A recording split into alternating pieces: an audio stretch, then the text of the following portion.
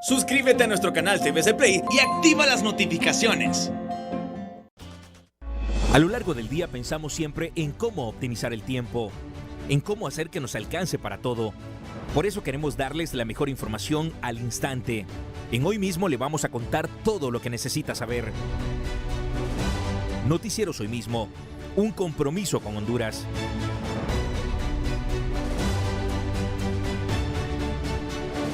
Esto es lo último en noticias.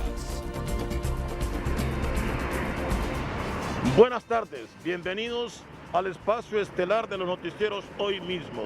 Iniciamos informándoles que en esta tarde, a las 2 de la tarde, en el sector 2 del Hato del Medio, en esta capital, un hombre de la tercera edad falleció de un paro cardíaco fulminante al interior de una unidad del transporte público cuando se disponía a encontrarse con uno de sus hermanos. Escuchemos la opinión de uno de sus familiares.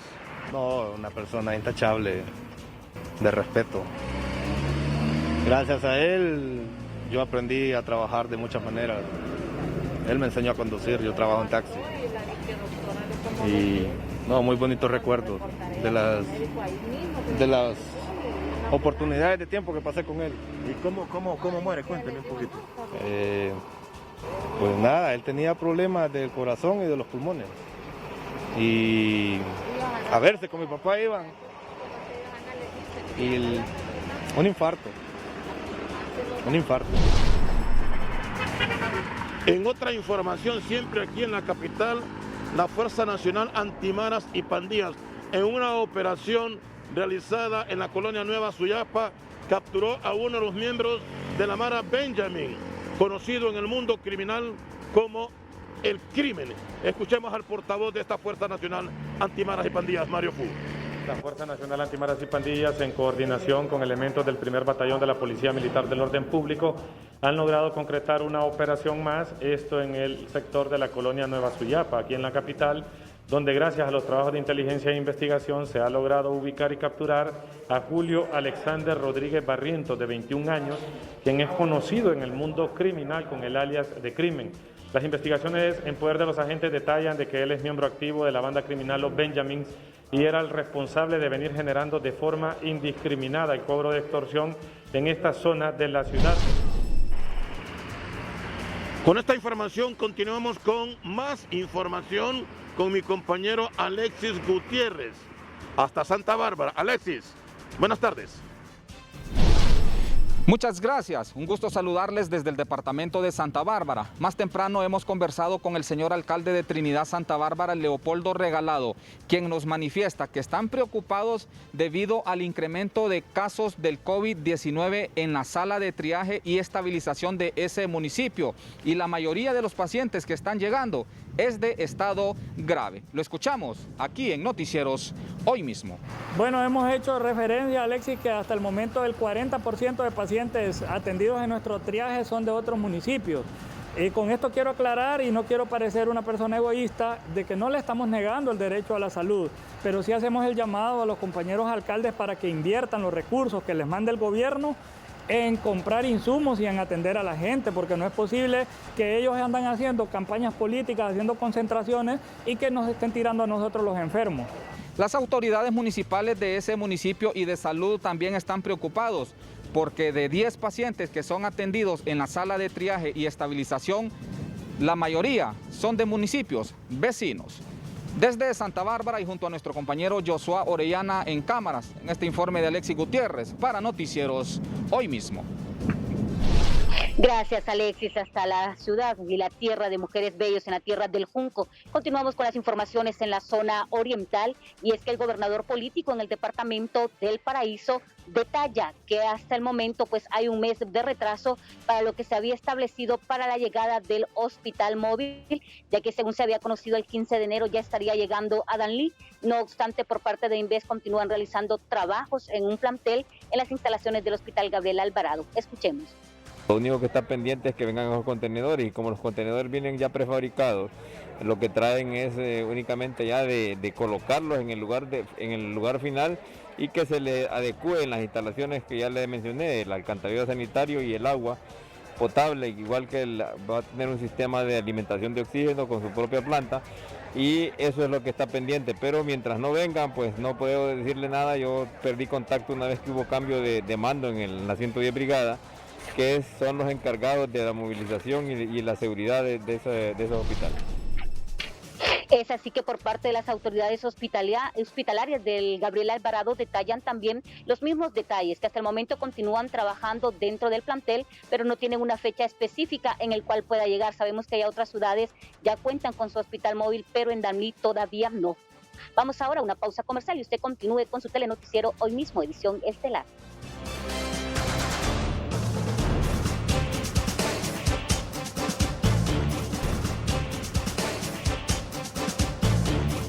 Es presentada por Banco Atlántida. Abre tu cuenta de ahorro Atlántida más fácil desde tu celular. Descargar hoy Atlántida móvil digital donde estés. Buenas noches Honduras, buenas noches amigos televidentes de Hoy Mismo. Con una inversión que alcanza los 3.6 millones de lempiras del Fondo Cafetero, la Municipalidad de Cucuyagua y los productores de café de esa zona realiza un mejoramiento de calles. Escuchemos a continuación al representante de los cafetaleros de ese municipio. Andamos haciendo este recorrido en estos proyectos que acabamos de ejecutar, ¿verdad? Con el Fondo Cafetero Nacional contamos con la presencia del señor director ejecutivo del Fondo Cafetero, toda su comitiva, el alcalde, ustedes como medio, gracias. Sí, estamos trabajando en el mantenimiento de calles de nuestro municipio de Cucuyagua y se acaba de firmar un convenio entre Municipalidad y Fondo Cafetero de un convenio que viene a ayudarnos y a fortalecer todo lo que es el desarrollo en cuanto a carreteras y el acceso a las comunidades de Cucuyagua. Representantes del sector café de Cucuyagua de Copán hablando sobre esta inversión que mejora las condiciones de las calles, carreteras de esa zona de nuestro país. Con este informe seguimos con más noticias aquí en Noticieros Hoy Mismo. La sección económica fue presentada por Banco Atlántida. Abre tu cuenta de ahorro Atlántida más fácil desde tu celular. Descargar hoy Atlántida móvil digital donde estés. Muchas gracias, Ramón Rojas. Y aquí en Tegucigalpa, la Fiscalía Especial para la Transparencia y Combate a la Corrupción, además de la Agencia Técnica de Investigación Criminal, han realizado una investigación exactamente en la Secretaría de Trabajo por presuntas irregularidades. La Fiscalía Especial para la Transparencia y Combate a la Corrupción Pública y la Agencia Técnica de Investigación Criminal efectuaron esta mañana una acción de inspección y recepción de documentos en torno a una denuncia sobre presuntas irregularidades que habrían sido cometidas por exfuncionarios de la Secretaría de Trabajo y Seguridad Social. Se trata de una investigación por los delitos relacionados a falsificación de documentos públicos, prevaricato administrativo y violación a los deberes de los funcionarios. Todo ello de acuerdo a una denuncia por un conflicto interno dentro del Registro Nacional de las Personas, en el cual presuntamente autoridades de esta institución inscribieron a otra junta directiva del Sindicato de Empleados del Registro. Según las investigaciones que maneja la Agencia Técnica de Investigación Criminal, lo que se investiga es la inscripción de otra junta directiva, o sea, dos sindicatos precisamente del Registro Nacional de las Personas en el periodo 2015-2018, sin contar con un soporte legal. Con esta información nos vamos hasta el sur del país con mi compañero Javier Palma. Buenas noches. La noticia positiva es presentada por Tigo, con el plan residencial de 20 megas para que estés más que conectado con todo lo que te gusta. Y además recibes múltiples beneficios por solo $37. Buenas noches, Claudia Almendares, allá en la capital. Bueno, aquí en la zona sur del país, Choluteca, les saludamos y damos a conocer una importante información positiva. Esto tiene que ver precisamente con el medio ambiente, donde en el Día Mundial de los Humedales, pues el 11º Batallón de Infantería de Salamar en San Lorenzo Valle, pues realizaron la plantación, o podríamos manifestar pues la reforestación de 2.500 plantas de mangle en una de las bahías de San Lorenzo Valle, donde se contó con la presencia de precisamente del director de Comando de Apoyo y Manejo del Ecosistema de Ambiente, coronel de Infantería Juan Ramón Hernández Campos, igual pues que el comandante de Salamar del 11º Batallón, pues coronel Pinel, y también pues representantes tanto de Cerna como de Codefa Golf y del Instituto de Conservación Forestal, donde se plantaron pues estas, podríamos decir, este mangle, porque supuestamente pues se ha estado teniendo problemas de deforestación y es necesario pues restaurar estos lugares en los cuales sirve de mucho para poder desovar los peces en estos lugares, y por lo tanto pues toda esta bahía tiene que ser reforestada para tratar de lograr pues rescatarla. Esto es lo más importante que podemos manifestar desde Choluteca, zona sur del país. Vamos a una pausa comercial y luego retornamos aquí en Hoy Mismo. La noticia positiva fue presentada por Tigo con el plan residencial de 20 megas para que estés más que conectado con todo lo que te gusta. Y además recibes múltiples beneficios por solo $37. Hoy trasladaron a Tegucigalpa más de 1.300 kilos de cocaína incautada ayer en un contenedor en Puerto Castilla, Colón. Además, 7 hombres fueron detenidos, uno de ellos de nacionalidad colombiana. Junto al estupefaciente fueron presentados en la dirección de las Fuerzas Especiales de la Policía Nacional. En el mercado San Isidro y las Américas de Comayagüela, comerciantes denuncian escasez de frijol y avisoran incrementos al grano durante las próximas semanas. En la actualidad, la medida se cotiza a 70 lempiras. Varios operativos se ejecutaron hoy en diferentes puntos de la capital, verificando documentos de operación de las diferentes unidades. Cabe destacar que desde el inicio de la pandemia se han decomisado más de 1.000 unidades por incumplir las medidas de bioseguridad, 70 de estas sin documentos de operación. La Secretaría de Desarrollo e Inclusión Social adeuda más de 23 millones de lempiras al sector discapacidad. Ante el incumplimiento por varios meses de retraso, los afectados se tomaron la calle a inmediaciones de la Secretaría de Finanzas exigiendo pronta respuesta. En el Instituto Central Vicente Cáceres y el Jesús Millaselva en la capital, se registró una fuerte afluencia de padres de familia que llegaron desde horas tempranas a matricular a sus hijos para el año lectivo 2021. Alejandra Navarro, Noticieros Hoy Mismo.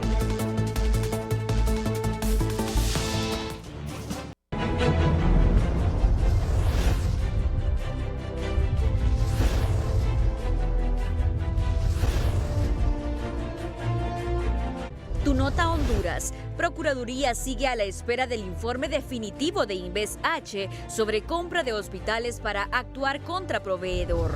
El Universal México. Día Mundial contra el Cáncer. Oncólogos solicitan que sus pacientes sean vacunados cuanto antes. Prensa Libre Guatemala. Salud reporta 699 casos nuevos del coronavirus y 49 fallecidos que no habían sido registrados. La Prensa Gráfica El Salvador. El Salvador recibirá primeras dosis de Pfizer en febrero, según la Organización Mundial de la Salud. La Prensa Nicaragua. Nicaragua autoriza el uso de la vacuna india Covishield. La Nación Costa Rica. Al menos 300 trabajadores de hospitales se niegan a vacunarse contra COVID-19. Y la Prensa Panamá. Sistema penitenciario reporta 78 casos activos de la COVID-19 en privados de libertad. Evelyn Pérez, Noticieros Hoy Mismo.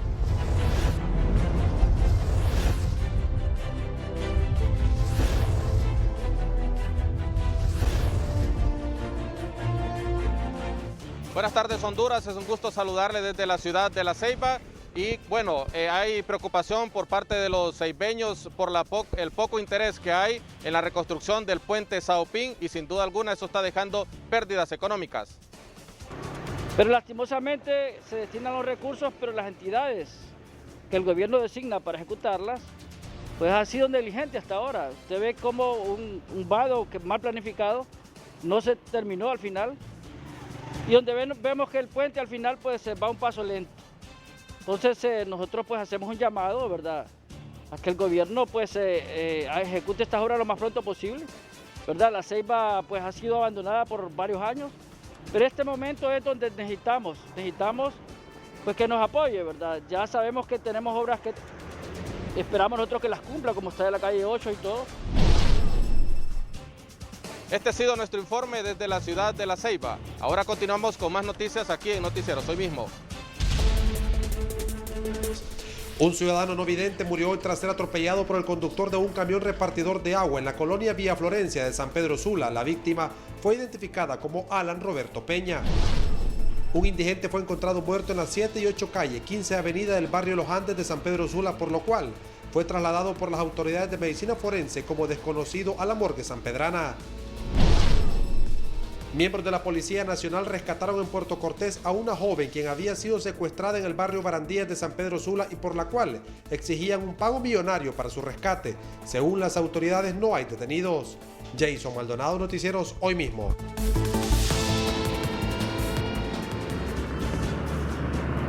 En la ciudad Puerto de la Ceiba, organizaciones de derechos humanos se manifiestan y piden mayor atención en el caso del menor desaparecido, conocido como Enoch. Escuchemos a Naúm Monje.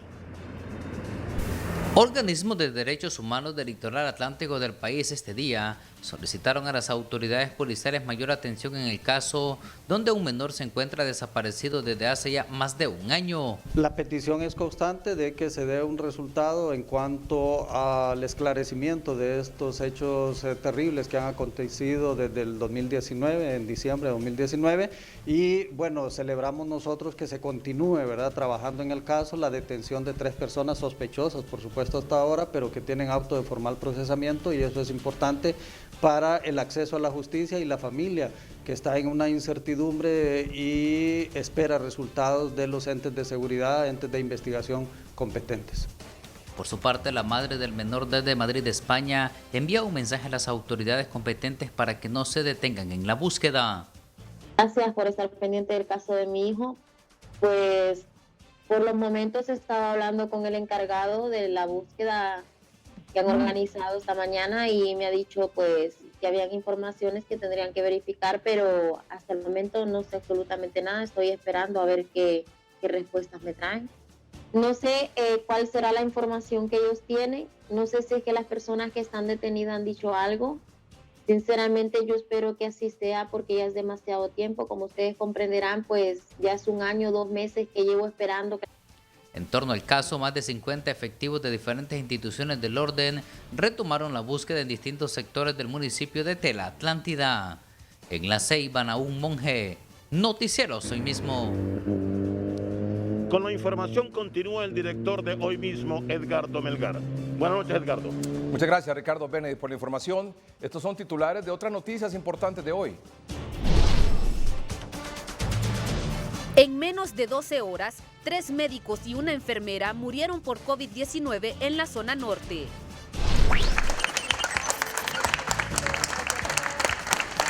Entre lágrimas, globos blancos y frases de encomio, sus compañeros dieron el último adiós al doctor Cándido Mejía en San Pedro Sula. Yo pienso que hoy en día, pues más que un colega, ha perdido un amigo. La ciudad y el país ha perdido un referente internacional sobre la dermatología. Ya son 75 los médicos muertos por COVID en el país desde que comenzó la pandemia. Pidiendo al Señor que libre. Internado por COVID-19 en una clínica en la capital, el cardenal Óscar Andrés Rodríguez. Y ahí se le dará y se le suministrará todo lo que necesite en función del manejo de esta enfermedad que está golpeando a tantísimos en todo el país. O se van ellos o nosotros. Las autoridades de salud deben renunciar por alguien que sepa manejar la crisis, sentenció la presidenta del Colegio Médico, Suyapa Figueroa. Hemos visto que estamos en manos de incapaces, de gente indolente y han mostrado una incapacidad terrible. Surge controversia por decreto ejecutivo que en la construcción de represas autoriza a los bancos limitar la cantidad de empresas que participarán en el proceso. Y en este decreto le faculta al presidente de la República para que de dedo nombre a todos los representantes de este comité técnico. Este es su noticiero Hoy Mismo con Edgardo Melgar. Otro día triste. Otro día triste. En menos de 24 horas han fallecido 3 doctores y una enfermera. Se trata del doctor Cándido Mejía, el doctor Gustavo Vázquez, el doctor Luis Tirso Sánchez y la enfermera Nora Calderón. Han fallecido en San Pedro Sula. Son más de 70 médicos y mucho, más de 100 el personal médico que ha fallecido en estas circunstancias. Ahí la fotografía de ellos, de quienes solo quedan el recuerdo como seres humanos, como personas, como padres, hijos, abuelos, tíos, hermanos y como tremendos profesionales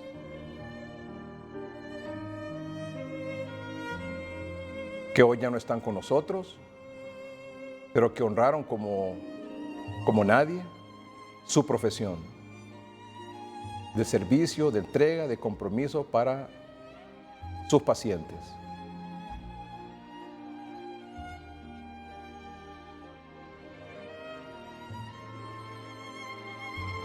Cada día el COVID-19 nos arrebata más y más compatriotas, valiosos compatriotas, en todo el país, en hospitales públicos y privados,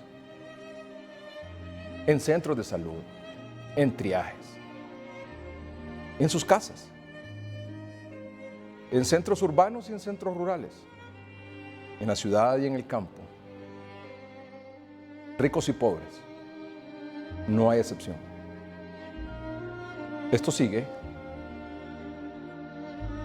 de manera muy lenta, agónica y triste. Esa es la realidad. No podemos voltear la cara ni la vista a otro lado. Eso es lo que está pasando en Honduras. Y tenemos que buscar la manera como juntos enfrentar esta situación de una manera eficiente, que es lo que hemos exigido siempre aquí en el noticiero. Con propuestas, con recomendaciones, con consejos, con señalamientos, con denuncias, con cuestionamientos, con recomendaciones. Para todos por igual, para la población, para nosotros, para el gobierno, para las autoridades.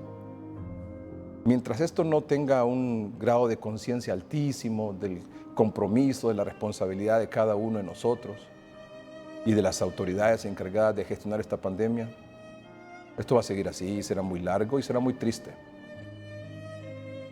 Muchos nos llenamos la boca hablando de la vacuna y me siento a veces hasta tonto de dedicarle tanto tiempo al tema de la vacuna que ni siquiera ha llegado ni tampoco sabemos cuándo va a llegar. Y que cuando llega evidentemente no nos va a servir para vacunar a toda la población que requiere vacuna arriba de los 18 años de edad. Y que para que cuando podamos estar todos vacunados, un 70% mínimo de la población, sino que un 80% para tratar de tener un control y una protección colectiva ante esto, los contagios van a seguir, van a continuar y van a continuar los muertos. Porque para que eso llegue a cumplirse, esa protección colectiva puede pasar todo este año y el próximo. Esa es la realidad. Esa es la realidad. Entonces el tema de la vacuna es una herramienta más que llegará cuando llegue. Mientras tanto, ¿qué? Cada hora, cada día, cada minuto. Una veintena de hondureños que mueren a diario. Hoy destacamos el caso de este personal de salud, tremendo, que sigue entregando su vida. Muchos de ellos por causa de la irresponsabilidad de la población, que no se cuida y allá, cuando ya está grave, va a los hospitales,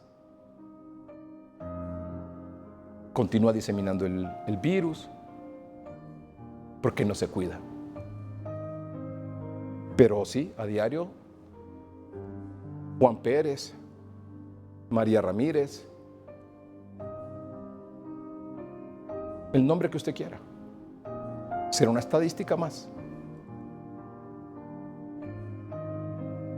Hoy los mencionamos, salen las fotografías, salen los videos, salen las sentidas despedidas de sus colegas. Mañana saldrán la fotografía en los periódicos. Y el sábado. Y el domingo. Solo va a estar la familia con ese dolor permanente para siempre. Del ser amado, del ser querido que ya no está. Así que este es un llamado a la población para que tome conciencia de esto. Esto no es un juego. Mire, aquí yo escucho gente que me dice, mire, es que ya el COVID, estamos cansados. Todos estamos cansados. Todos estamos hartos de esto. Pero esa es la realidad que nos ha tocado vivir y enfrentar. Fácil sería aquí bajarle el perfil al tema y hablar de otras cosas. ¿Cómo vamos a hablar de otras cosas si nos están muriendo los compatriotas? Si no hay una persona que nos esté viendo esta noche, que no tenga un conocido, un amigo, un compañero de trabajo, un familiar, que ahora no solo le estoy diciendo que se contagió, sino que murió por esta circunstancia. Lo bonito es, no volteemos a ver para otro lado. Apaguemos el televisor como que si eso no existe, como que lo que están diciendo ahí hoy mismo es una realidad inventada. No. Y así lo piensan muchos que están en puestos de autoridad y muchos en sus casas viendo la televisión. Y ambos bandos de manera irresponsable. Porque lo que usted tiene que saber es lo que está pasando para que usted tome conciencia de cuál debe ser su comportamiento. Porque mientras no cambie, esto va a seguir. Y cuando no lo toque a usted, y si no, hasta que no lo toque a usted, no va a tomar conciencia de esto. Así que este es un llamado para que, aunque estemos cansados, hartos de todo esto, sepa que esto va a durar mucho tiempo y va a ser mucho más triste en la medida en que seamos inconscientes y no seamos consecuentes con esta realidad. Y que hasta no nos toque, no lo vamos a cambiar. No vamos a cambiar nuestro comportamiento. Fíjense, por ejemplo, hoy, con una caravana, como les decía, flores, globos, aplausos, lágrimas. Fue despedido por sus colegas, enfermeros, amigos, por supuesto familiares, el doctor Cándido Mejía, tremendo médico. Falleció víctima de COVID-19. Ya son más de 70, 72, 75, imagínese usted. Estos son los detalles.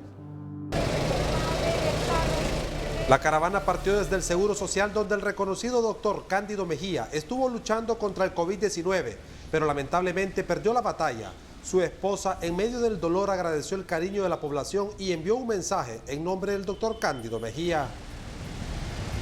Él luchó y luchó con el virus, ¿verdad? Y pues Diosito se lo llevó y él se fue con Dios. Sí. Solo me decía que me amaba y que gracias por todo, por el apoyo y que le dijera al pueblo hondureño que tomaran conciencia del virus.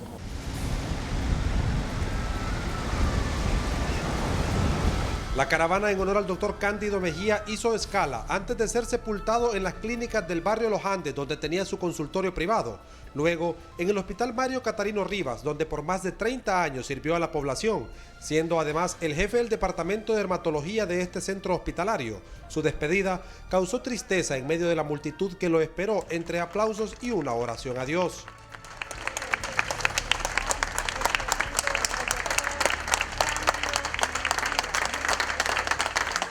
Padre, en el nombre de Jesús, venimos delante de tu presencia, que te hemos clamado por todos las enfermeras, los médicos, por cada uno de ellos, Padre, para que tú nos guardes, para que tú nos cubras, porque yo te doy gracias porque a 67 años yo no he dejado de trabajar un día y de atender también a las personas, atendiéndolas, Padre, y tú me tienes aquí con vida, gracias. Seguimos clamando por los médicos, por las enfermeras, por personal de todos los hospitales a nivel nacional, porque estos son golpes duros que los tenemos, pero también Dios sabrá por qué suceden, ¿verdad? Y hay que clamarle a Dios, porque este no es una pandemia ni una enfermedad, este es un demonio que ha atacado a nuestra nación. Y si todos nos humilláramos, hincáramos y clamáramos a Dios, no estuviera en este país, y tenemos que hacerlo, cadenas de oración, todos a nivel nacional, a nivel mundial, porque son plagas que están escritas en la Biblia, pero que también tenemos que contrarrestarlos con ayuno, con oración y servir al prójimo. En su traslado al cementerio, más sanpedranos se sumaron a darle el último adiós con globos en mano, porque aseguran que el país ha perdido a uno de los mejores médicos. El doctor Cándido siempre luchó por educar y atender a sus pacientes de la mejor forma. Yo pienso que hoy en día, pues más que un colega, he perdido un amigo. La ciudad y el país ha perdido un referente internacional sobre la dermatología. Es una pérdida irreparable realmente para todos nosotros. El doctor Cándido Mejía era un médico internista con especialidad en dermatología y graduado en universidades de Sao Paulo, Brasil y Buenos Aires, Argentina. Sus estudios y preparación lo llevó a representar al país a nivel internacional como miembro de la Academia Americana y Academia Europea de Dermatología. Además, en medio de la pandemia, elaboró un tratamiento en casa para contrarrestar las enfermedades en la piel provocadas por el COVID-19. Antes de ser hospitalizado, había tratado a más de 30 pacientes que hoy en día agradecen sus atenciones y lo convierten en un héroe que ahora los cuida desde el cielo. Jason Maldonado, Noticieros Hoy Mismo. Son pacientes que se ven. Que en paz descanse el doctor Cándido Mejía. Eso ocurrió, la muerte del doctor Cándido fue anoche y hoy 2 médicos más murieron en la zona norte del país. Esta es la información. El reconocido médico pediatra Gustavo Vázquez, conocido como el ángel de los niños porque operó a muchos de los que nacían con alguna malformación, principalmente de pie equinóvaro, hoy falleció de COVID-19 en el Seguro Social de San Pedro Sula, donde estuvo internado varios días. El doctor Gustavo Vázquez, el ortopeda pediatra, el amigo de los niños pobres en San Pedro Sula, el creador de la Fundación Cure, que quedaba por la Rivera Hernández, falleció víctima del COVID también. El Hospital Mario Catarino Rivas sufrió la pérdida de 2 de sus médicos. Hoy deja un gran vacío en este centro hospitalario. Lamentable, realmente hoy es un día muy duro para nosotros. Hemos perdido 2 grandes personas, 2 grandes seres humanos, el doctor Cándido y el doctor Gustavo Vázquez. Sumamente duro para nosotros el día de hoy.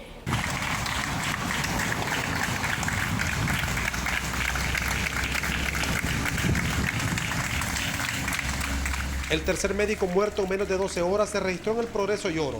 Se trata del doctor Luis Tirso Sánchez, quien laboraba para el Seguro Social de este municipio y que lamentablemente también murió tras luchar por varios días contra el COVID-19. Luego de la muerte de los 3 galenos, la presidenta del Colegio Médico de Honduras, Suyapa Figueroa, hizo un llamado enérgico a las autoridades del gobierno, debido a que cada semana es más alarmante la cantidad de médicos fallecidos. No hay liderazgo en el manejo de la pandemia. Hemos visto que estamos en manos de incapaces, de gente indolente, y han mostrado una incapacidad terrible. Han hecho a un lado a los técnicos en la Secretaría de Salud, al personal que realmente sabe cómo manejar esta situación. Lo cierto es que nosotros lo que estamos pidiendo es que dejen ellos de manejar ya esta situación y que venga gente que verdaderamente sabe manejar esta situación. O se van ellos o nos vamos nosotros de los hospitales. La Secretaría de Salud, como le digo, deben renunciar todos ellos. Debemos sacar a todos los directores de hospitales que lo único que están haciendo también, y las juntas interventoras que lo único que están haciendo es una acción permisiva y tapando los baches y diciéndole mentiras a la gente. Queremos gente honesta manejando esas instituciones. Queremos que ellos renuncien, que dejen el cargo. Hasta la fecha son 75 los médicos fallecidos a nivel nacional por COVID-19 según las autoridades del Colegio Médico de Honduras en lo que va de la pandemia. Jason Maldonado, Noticieros Hoy Mismo.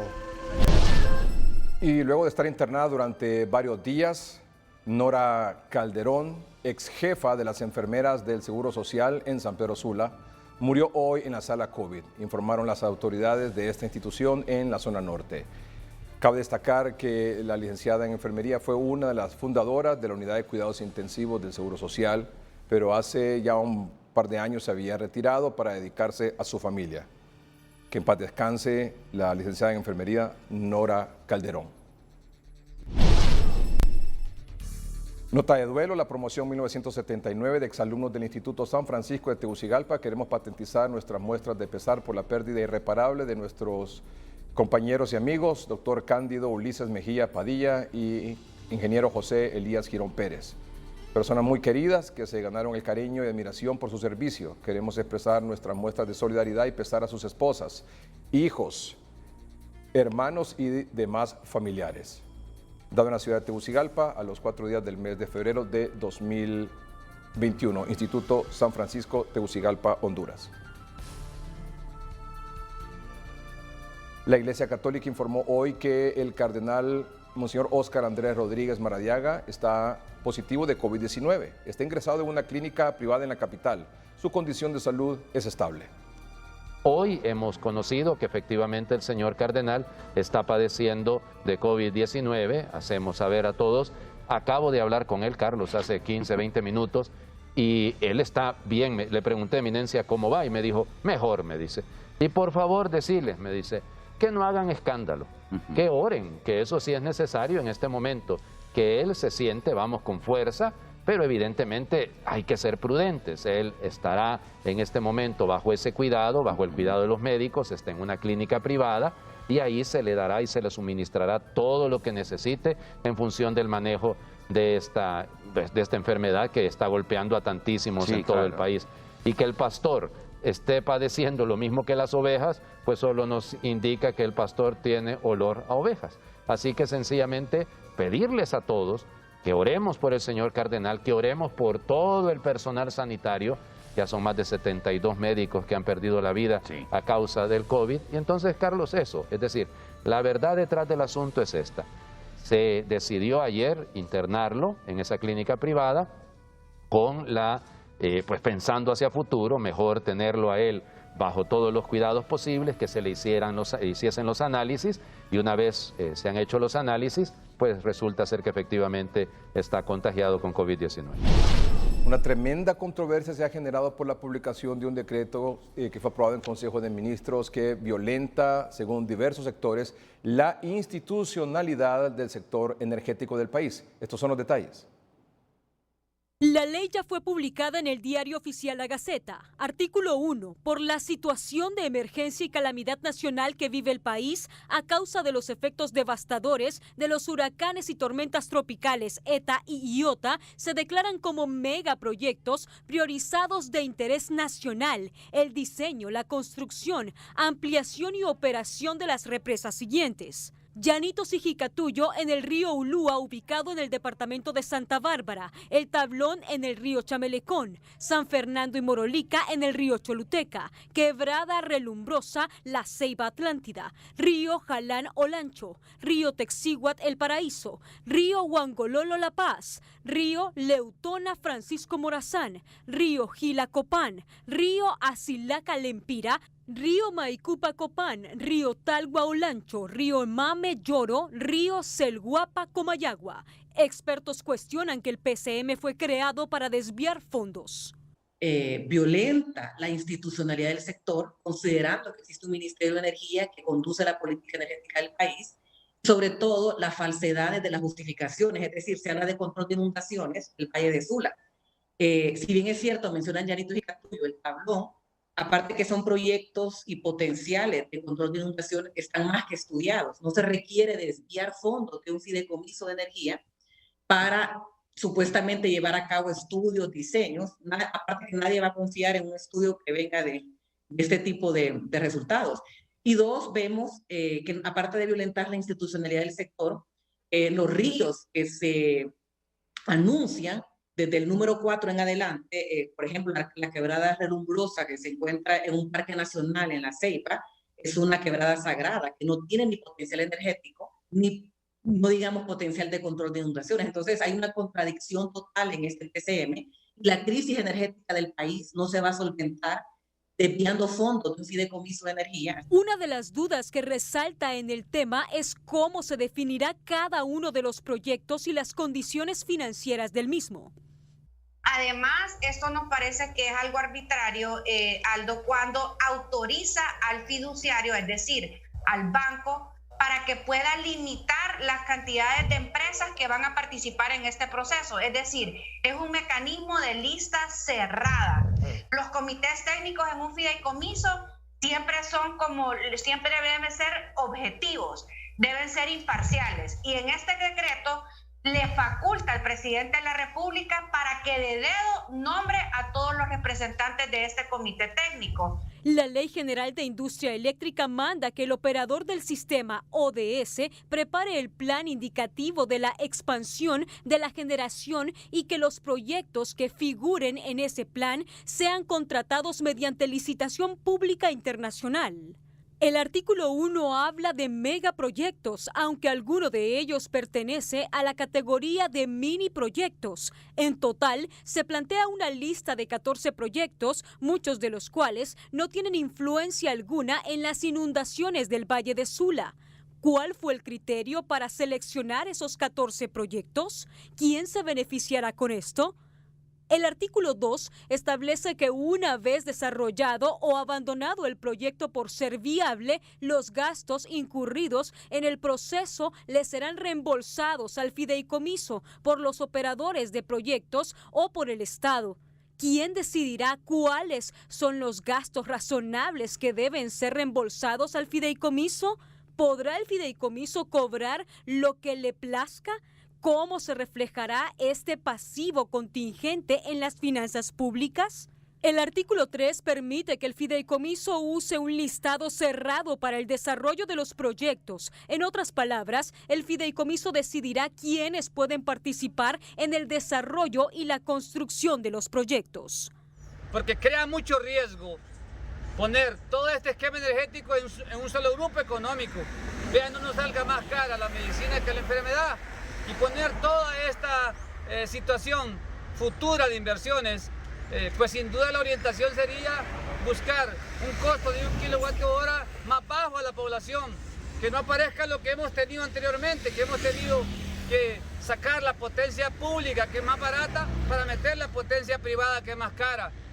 El origen debe ser entonces equilibrar el costo de la tarifa a favor del pueblo hondureño, partiendo que el canon y que la gran energía hidroeléctrica nos da el equilibrio de la tarifa futuro. Varios expertos coinciden que el decreto destruye la institucionalidad de la Ley General de la Industria Eléctrica. Jackie Redondo, Noticieros, hoy mismo.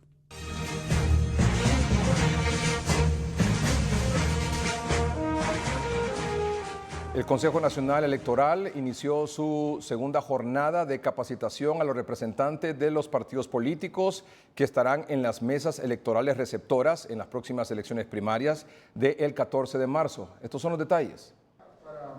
Son capacitados 222.880 delegados que estarán en las 23.880 mesas electorales en las elecciones primarias el 14 de marzo. Básicamente consiste en formarles desde el inicio del proceso, desde el antes, durante y después, lo que contempla en un instructivo para miembros de mesas electorales receptoras y un cuaderno guía, donde están las indicaciones del llenado correcto de los documentos electorales. Las capacitaciones son parte del cumplimiento del cronograma electoral, donde las máximas autoridades del Consejo Nacional Electoral garantizan el desarrollo de las elecciones primarias. Sostengo y ratifico ese compromiso de que las elecciones primarias se van a celebrar el segundo domingo de marzo. No hay excusas para trastocar el cronograma electoral, para que se celebren elecciones de calidad, y ese es nuestro compromiso y lo reafirmamos y vamos a seguir trabajando exhaustivamente para que el pueblo hondureño tenga una fiesta cívica democrática el 14 de marzo, se celebren las elecciones en paz y tranquilidad y se respeta la voluntad soberana del pueblo hondureño, y vamos a darle unas elecciones limpias, transparentes y justas, donde vamos a escribir una nueva historia democrática en el país. La próxima semana el Consejo Nacional Electoral dará a conocer los avances sobre las urnas electorales y la tinta indeleble. Flavio Pavón, Noticieros, hoy mismo.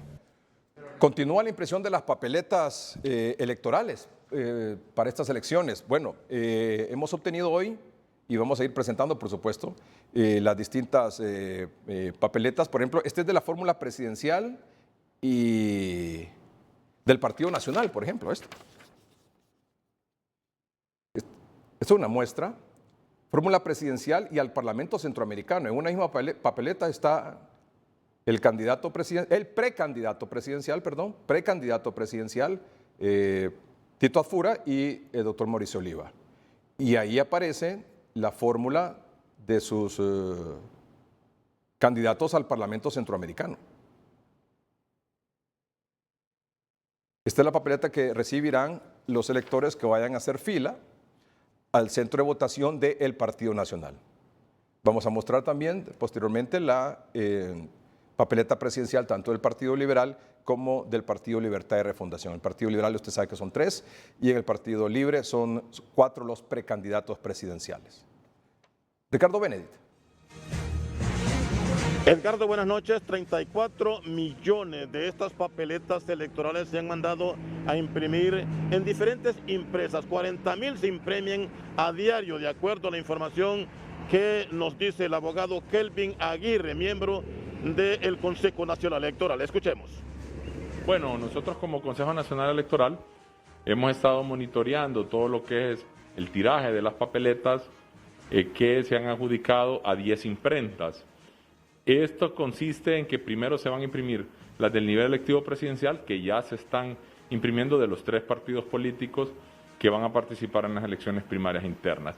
Estamos hablando que se van a imprimir diariamente un promedio de 48,000 papeletas.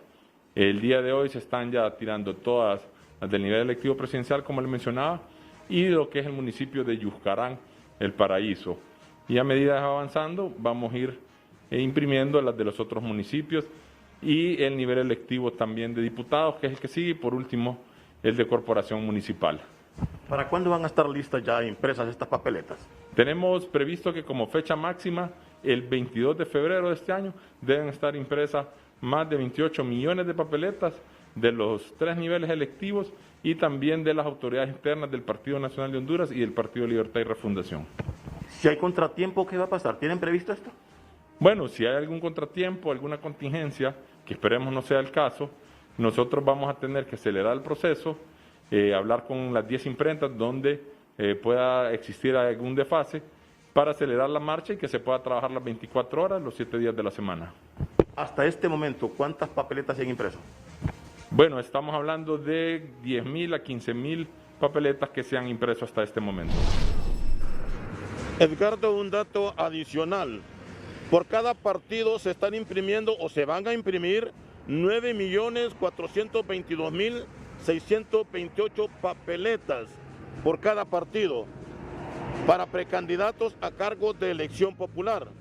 Y para autoridades partidarias, para elegir autoridades partidarias, son 6,281,752 papeletas para hacer un total de 34,549,636 de estos documentos electorales. Con usted. Muy bien, gracias Ricardo Benedict. Bueno, aquí está la papeleta del Partido Nacional con sus 2 precandidatos presidenciales y sus respectivos designados presidenciales. De don Nasri Juan Asfura Sabla son Mireya del Carmen Agüero Trejo, el abogado Leónidas Rosa Bautista y Marta Julia Gutiérrez. ¿Y el doctor Oliva? Carmen Cristina Moreira, Leo, ¿quién está ahí? Leo Castellón, sí, y la doctora Carla Zobeida Fernández. Y esta es la papeleta que sería la más larga, que sería los diputados de Francisco Morazán, porque son 23 aspirantes.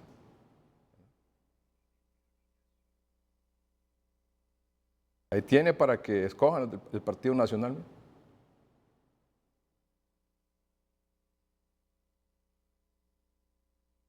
Sus 46. ¿Hay de todo ahí, va, doctor? Es una mezcla. Hay de todo aquí. Ya vamos a hablar con el doctor Videa. Vamos a una pausa comercial. Veo cómo ha titulado el informe de hoy de la semana número 47. Con COVID-19. Semana 47 con COVID-19. Aquí está. Pruebas que comprueban la situación actual de la pandemia. Pruebas que comprueban la situación actual de la pandemia. Después de la pausa comercial, doctor Videa, como siempre todos los jueves, nos da un panorama bien claro, amplio de cómo estamos y hacia dónde vamos. Ya volvemos. A lo largo del día pensamos siempre en cómo optimizar el tiempo, en cómo hacer que nos alcance para todo.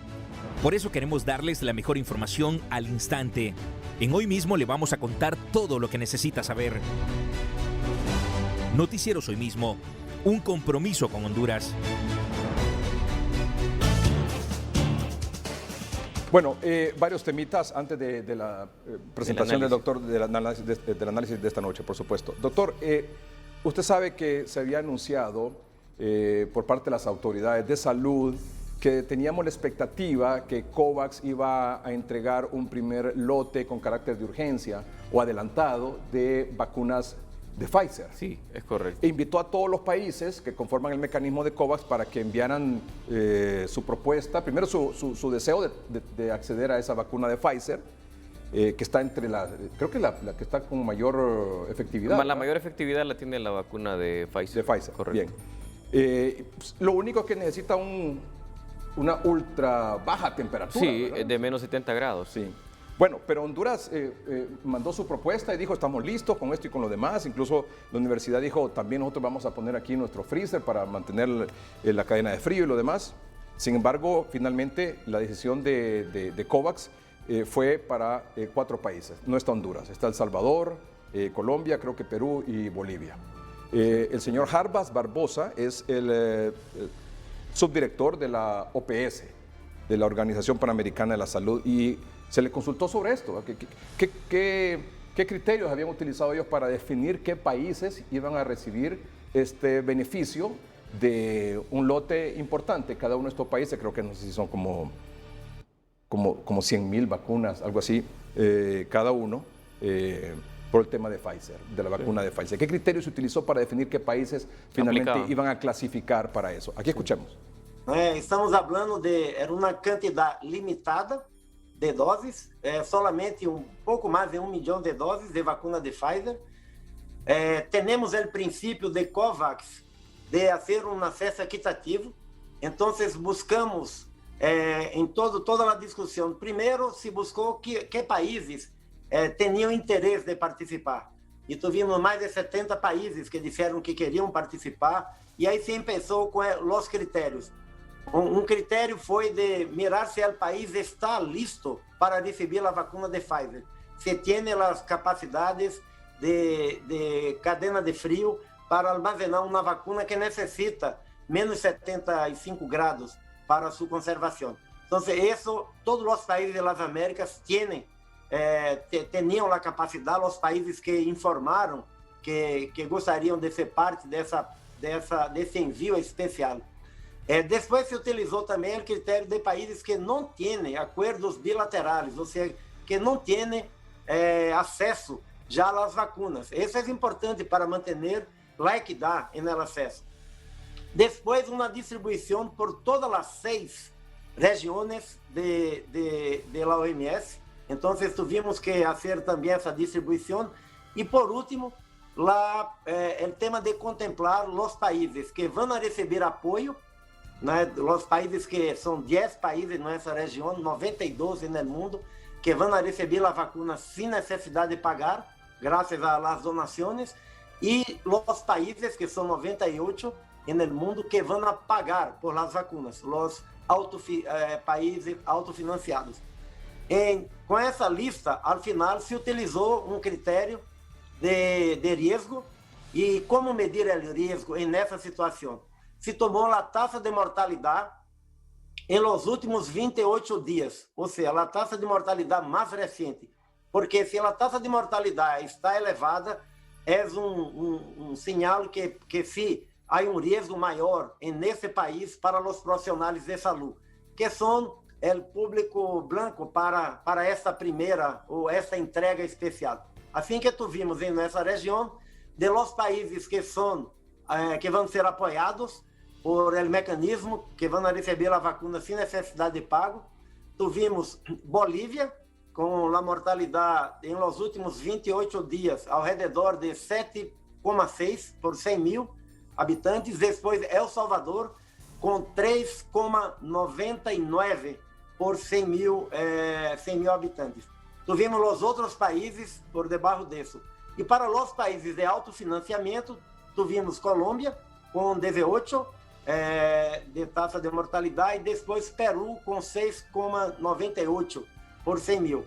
Então, esses 2 países que são apoiados e 2 países de alto financiamento foram os países que foram escolhidos, pero recuerden que o primeiro critério foi se estão listos, se tem um programa de imunização, um plano de imunização, se pode receber a vacuna e entregar. E foi muito importante ter na região das Américas um número, o maior número de países entre as regiões que foram considerados como listos para receber.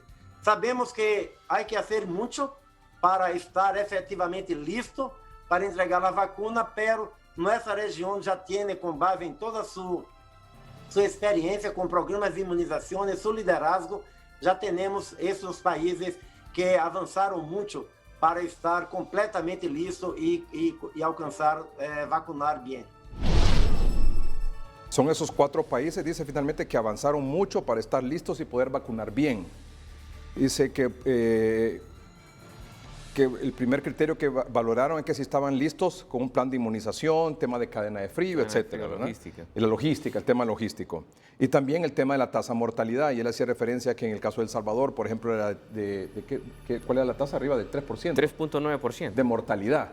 Sí, de mortalidad. Que es la cantidad de muertos en relación a la cantidad de habitantes. Sí. ¿Y el otro país es? Bolivia. Bolivia, Colombia, Perú. Que tenía 7, algo así, 7 puntos. Sí. Lo que pasa, ¿Qué opina usted de eso, doctor? Lo que pasa es que nos sigue pasando factura la incapacidad que hemos tenido para hacer detección de casos y de confirmación de fallecidos. Porque, por ejemplo, ya lo vamos a ver más adelante, hemos reportado en estos últimos 7 días 150 decesos y aproximadamente 200 sospechosos que han muerto en el país, que los mismos comunicados lo establecen, que están por confirmarse. Entonces, ¿cuánto aumentaría la tasa de letalidad y de mortalidad si realmente pudiéramos tener la capacidad de confirmación? Entonces nos quedamos en el papel con las pruebas que hemos hecho, que sin duda alguna se han incrementado, pero que no son capaces de mostrarnos la realidad. Y eso nos pasa factura. Pero en primer lugar, el doctor Barbosa deja claro que el primer elemento es la capacidad logística. Y siento que ahí no estábamos preparados. Y en segundo lugar, reuníamos todos los criterios. No tenemos acuerdos bilaterales. Nuestra tasa de mortalidad es altísima. Y si nos quieren valorar en los últimos 28 días, de hecho, en las últimas 4 o 6 semanas en el país, la tasa de letalidad se ha disparado. Entonces, pienso yo de que las condiciones primeras logísticas pues han causado que nuevamente nos quedemos fuera, y es lamentable cuando se había anunciado ya que aproximadamente 24.000 dosis pudiesen llegar al país de una vacuna que ya está aprobada y que mundialmente es la que más se está aplicando sí. en toda la Tierra. Sí. Todo el planeta. Sí, eran 24.000 lo que iba a recibir Honduras, sí. para vacunar a 24.000 personas. Para vacunar. Incluso hasta ya tenían definido que eran en Cortés, en el municipio de San Pedro Sula, las cantidades, y aquí en el Distrito Central. Pero lastimosamente no se clasificó. Hay un repechaje, dicen que en abril, tal vez en abril podemos tener un poco más podemos estar un poco más listos para poder. No quisiera clasificar desde el punto de vista de la tasa de mortalidad, sino por la logística, la parte logística. Así es, porque él mismo lo dijo, el primer criterio dijo, la parte logística. Y es importante diferenciar el tema mortalidad-letalidad, porque la mortalidad es la cantidad de fallecidos versus la población, la cantidad de población. Por 100.000 habitantes. Sí. Y el caso de la letalidad es la cantidad de fallecidos por el número de contagios. Y ese es el punto más importante. No es el hecho de cuántas personas habitan y de ellas cuántas se enferman o cuántas mueren. El detalle es de las que enferman, cuántas están falleciendo. Porque el tema de la letalidad, doctor, ahí le mide y le refleja algo sumamente importante. Sí. La respuesta que tiene la infraestructura, el sistema sólido o débil o deficiente o fortalecido de salud que tenemos frente al contagio. Así es. O sea, ¿qué es lo que le refleja la letalidad? Que una persona se contagió, pero que tenemos un sistema de salud que lo atendió, lo abarcó rápido, lo abrazó y lo salvó. Y por eso se ven las diferencias en un departamento y el otro. Claro. Sí. Por ejemplo, como siempre usted ha dicho, mire la diferencia que hay entre la cantidad de contagiados y muertos que hay en Copán, en Olancho y Comayagua, con los que hay aquí en Francisco Morazán. ¿Por qué? Porque lo que hemos dicho siempre, los triajes, los hospitales, la capacidad de respuesta ante una persona contagiada que se complica es evidentemente y abismalmente diferente aquí en Tegucigalpa que en el resto del país. Así es, totalmente. Muy bien, el otro tema es, finalmente, ¿qué nos confirma? Aquí está la carta de COVAX completa para todos los países. que esta la mostramos ayer aquí en el programa, doctor. Y aquí está la cantidad de vacunas que vamos a recibir. Esa cantidad de vacunas que va a recibir Honduras es de, pongamos el rótulo, por favor. La cantidad que de Honduras va a recibir es de, ¿lo tiene ahí? Ah, ahí está, sí, muy bien. 400, aquí está Honduras, sí. Mostremos esta, por favor, esta página aquí. Y la comparte ahí en pantalla, por favor. Este es el dato oficial, mire, de COVAX. De ayer, 3 de febrero. Haití, Honduras, India, Indonesia, etcétera, etcétera. Ahí está la cantidad, 496.800 dosis. Y están todos los países. Entonces, si usted se fija, doctor, son 496.800 dosis. Y el mismo COVAX dice que la primera entrega podría ser entre el 25 y el 35%. Sí. Si fuera el 25%, son 124.200 dosis para vacunar a 62.100 personas. Si nos mandan en esta primera entrega 173.880 dosis, que correspondería al 35%, sería para vacunar 86.940 personas. No se sabe aún la fecha exacta de cuándo llegará la vacuna. Nos han dicho que puede ser a mediados o finales de febrero. Pero el mismo señor Barbosa decía ayer, no tenemos fecha exacta. Sí, no. Veamos. Temos a fecha exata para nenhum país nesse momento. Por quê? Porque recuerdem que falei que nós outros só podemos enviar vacunas se o produtor llena dos critérios. Um, ter o acordo firmado com todos os detalhes com o mecanismo. Já temos com alguns produtores, pero com outros todavia seguem com uma discussão sobre alguns detalhes. Por exemplo, Pfizer Pfizer ha colocado ao redor de 1 milhão, pero para a entrega, essa entrega mais imediata, agora em fevereiro, pero queremos concluir a negociação com os outros 39 milhões de doses de Pfizer para entregar durante o segundo trimestre do ano, ou seja, a partir de abril. E todavia estamos pendentes de alguma negociação com Pfizer.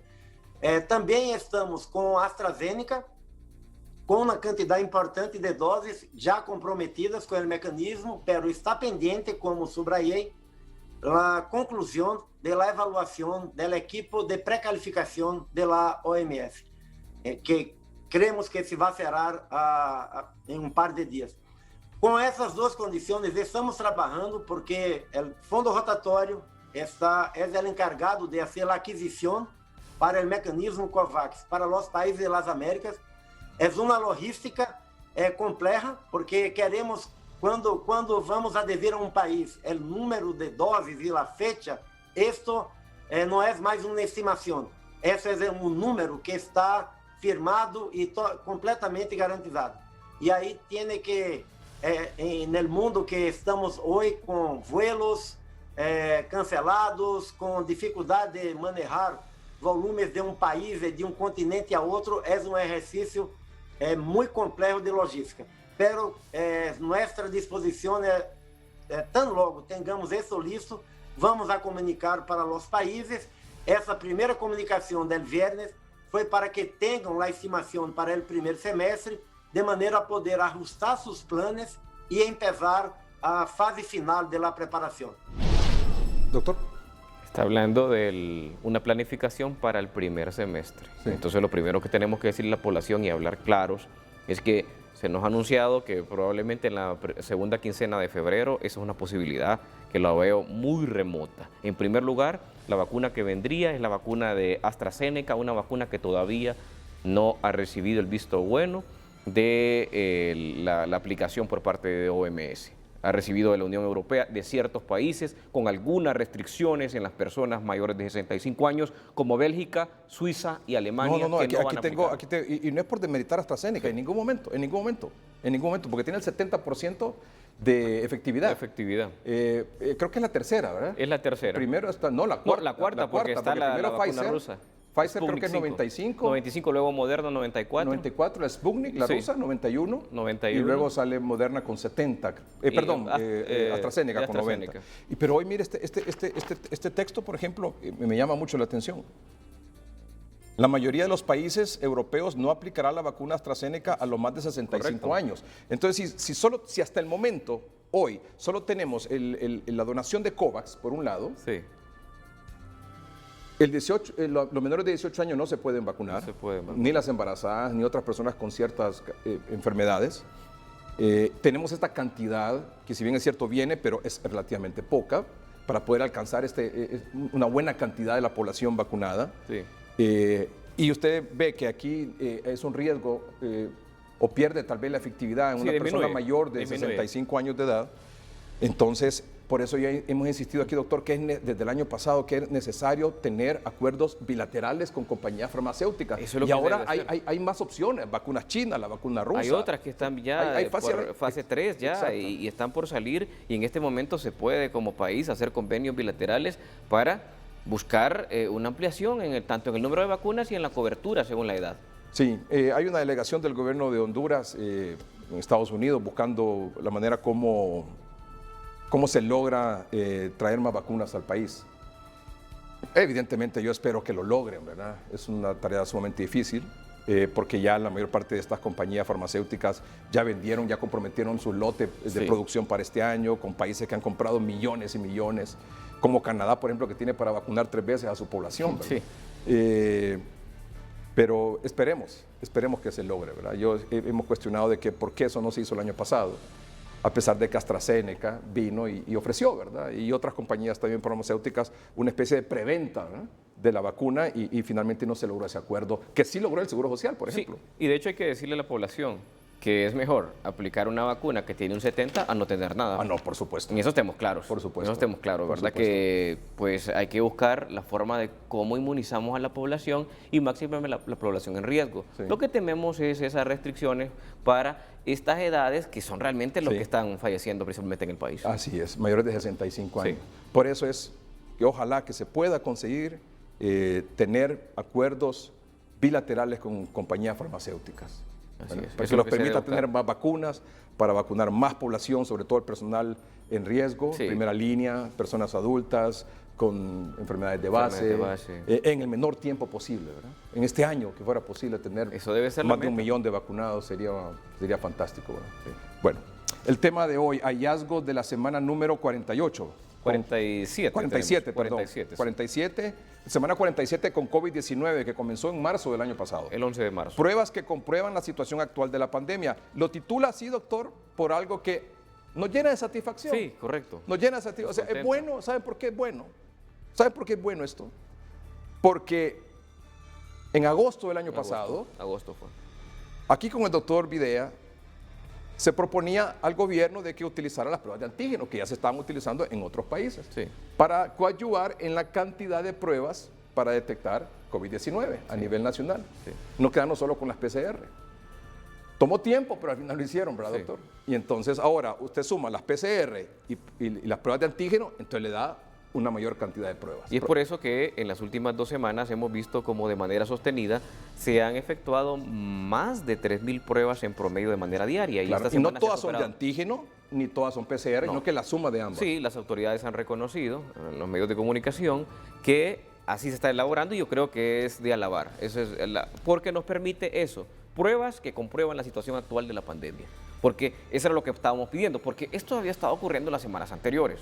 8 semanas atrás, pero no teníamos las pruebas. Bueno, porcentaje de casos COVID por departamento en esta semana semana 47 que concluyó ayer miércoles. Sí, en esta semana estamos cerrando en el promedio de las 46 semanas con el departamento de Cortés con un 30% de todos los casos, seguido el departamento de Francisco Morazán con el 27%, en el tercer lugar el departamento de Atlántida con un 6%, el departamento de Lloro con un 6% también y en el quinto lugar el departamento del Paraíso. Y aquí está la cantidad, mire, 2.651 en Cortés, 1.472 en Francisco Morazán. Y en tercer lugar el departamento del Paraíso con 588. Hay que mencionar que el 37% de todos los casos, que fueron 7.096 casos en los últimos 7 días con un promedio de 1.000 casos diarios, pertenecen al departamento de Cortés.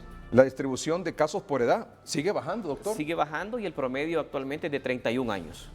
Estamos viendo cómo los contagios se siguen dando en cantidades, en una proporción considerable, entre los 20 y los 49 años. Ahí es donde está una masa que supera el 60% de los contagios. Hoy me impactó mucho la muerte de una joven, 33 años, doctor. 33 años, una joven con toda llena de vida, de sueños, sin comorbilidades, sin enfermedades de base, doctor. Estuvo más de 2 meses en cuidados intensivos aquí en Tegucigalpa. 2 meses, una joven de 33 años en cuidados intensivos. Falleció hoy. Es una historia que está dependiendo mucho de esa carga viral que está circulando en el país, una nueva cepa que sin duda alguna se está volviendo agresiva. ¿Usted no tiene duda que aquí ya está la variante del virus? Por supuesto, aquí, desde noviembre. Desde noviembre me lo dijo usted. Desde noviembre, y lo fuimos viendo porque se notaba con mayor agresividad y principalmente en las personas jóvenes. 151.103 personas oficiales. Oficiales, de manera oficial, los casos que se han acumulado en la sumatoria. Y en esta semana, como usted decía, 7.096, ¿verdad? 7.096 y 7.109 la semana anterior, lo que nos da una relación que en las últimas 2 semanas hemos acumulado 14.205 casos confirmados de COVID-19, que pudiesen ser entre 70.000 y 100.000 casos en los últimos 15 días en el país. Y doctor, si aquí el dato oficial a nivel nacional hasta ayer son 151.000 casos, ¿a cuánto multiplicaría usted eso?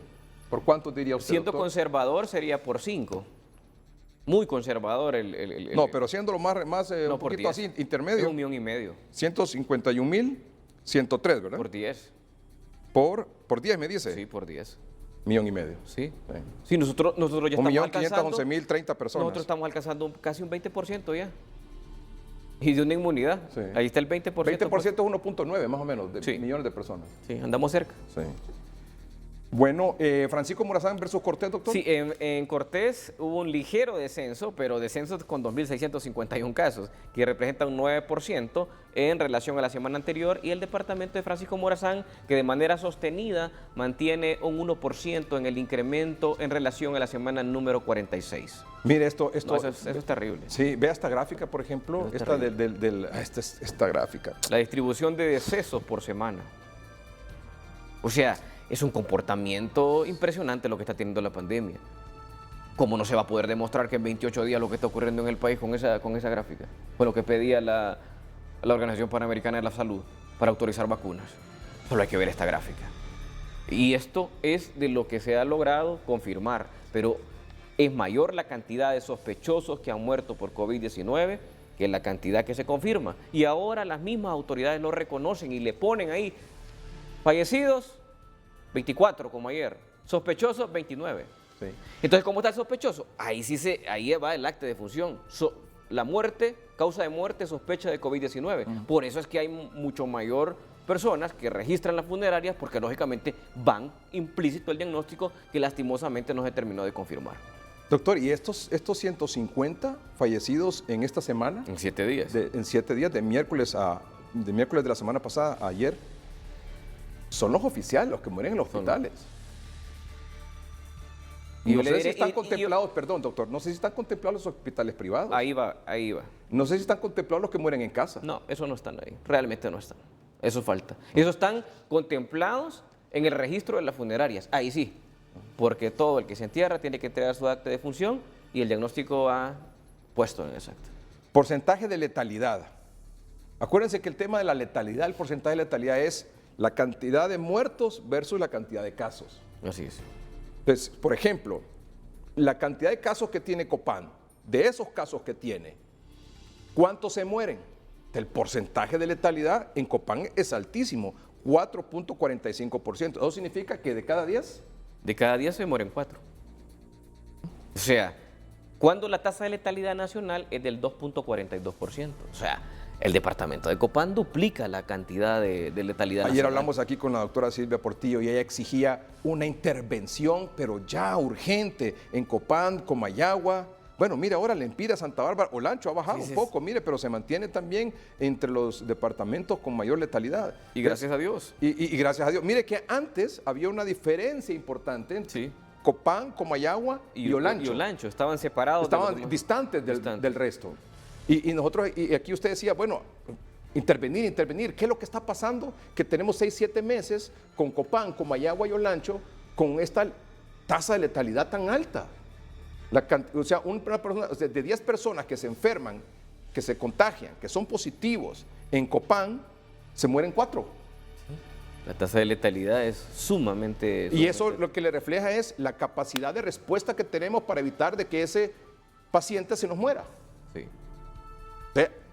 Y si esa letalidad se ha mantenido, significa que esa respuesta del sistema para evitar que el paciente se nos muera no funciona. Ha fracasado y se ve la diferencia entre los departamentos. No funciona. Ahí están los números y estos números son de los mismos datos que ofrece el gobierno. Sí. Entonces, por eso es intervenir. Y probablemente, como decía la doctora Portillo ayer, no es que sea todo el departamento, sino que son ciertos municipios los que están complicados. Entonces, hay que sectorizar, hay que focalizar, hay que ir y descubrir, pero es de ir al campo y decir, ¿qué es lo que está pasando en este municipio? ¿Por qué se nos están muriendo los habitantes de este municipio que están contagiados con COVID? El municipio que sea, ya sea en Copán, Olancho y Comayagua. Es que fíjese que aquí la gente no tiene temor de ir al hospital. Bueno, hablemos con una campaña, busquemos la manera como hacemos conciencia en estas personas. Es que fíjese que aquí como no hay una ambulancia, en lo que llegamos allá con un paciente acostado en una colchoneta, en una paila, se nos muere. ¿Qué necesitan? Una ambulancia. Pongámosle una ambulancia a esta gente aquí.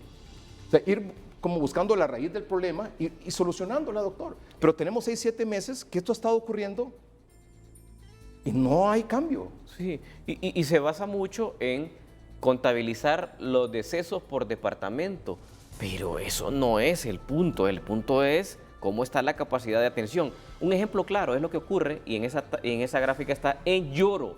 Lloro es el 4º departamento con el mayor número de casos en 47 semanas, pero mire la tasa de letalidad que tiene Lloro, 1.05%. Entonces, es de también escudriñar qué está pasando en Lloro, porque la gente enferma mucho, pero no fallece como fallece en otros departamentos en relación al número de contagios.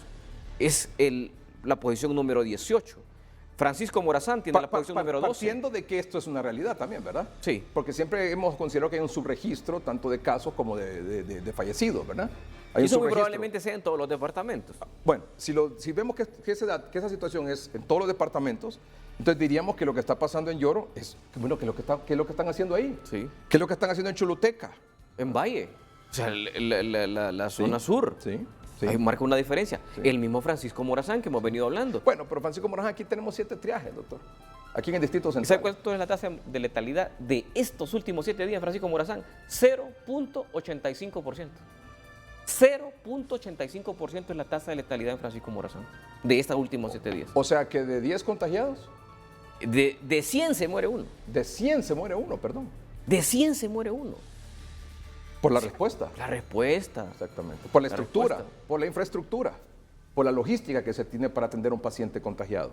Que no se tiene en Copán, Comayagua, ahora lo estamos viendo en Lempira, ahora lo estamos viendo en Santa Bárbara, lo seguimos viendo en Olancho, no digamos gracias a Dios, ¿verdad?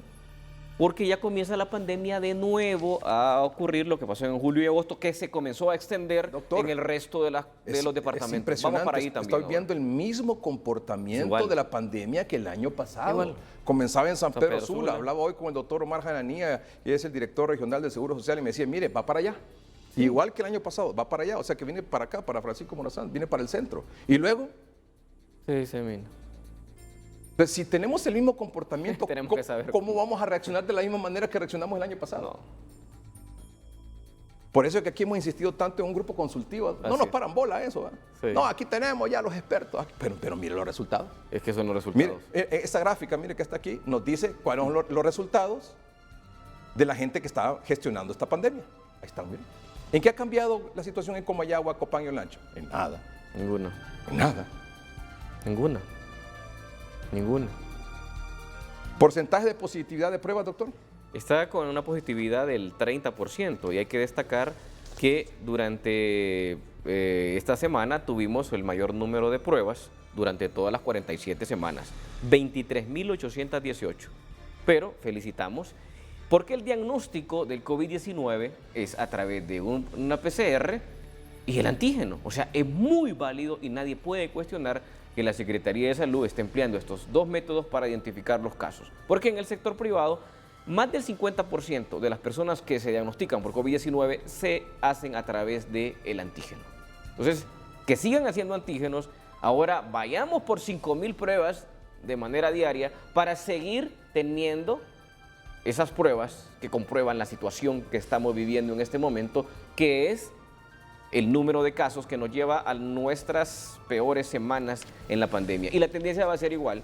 El mes de enero superó todos los meses anteriores en contagio, pero lastimosamente está incrementando mucho la letalidad en función de las transformaciones que el virus está teniendo. Y si nos encuentra con la misma logística, lógicamente los resultados pueden ser aún más lamentables. Por favor, no nos vamos a cansar de repetirlo porque de lo que se trata es de salvar vidas. Por favor, intervengan, Copán. Vaya a una comisión, pero al más alto nivel, con los expertos.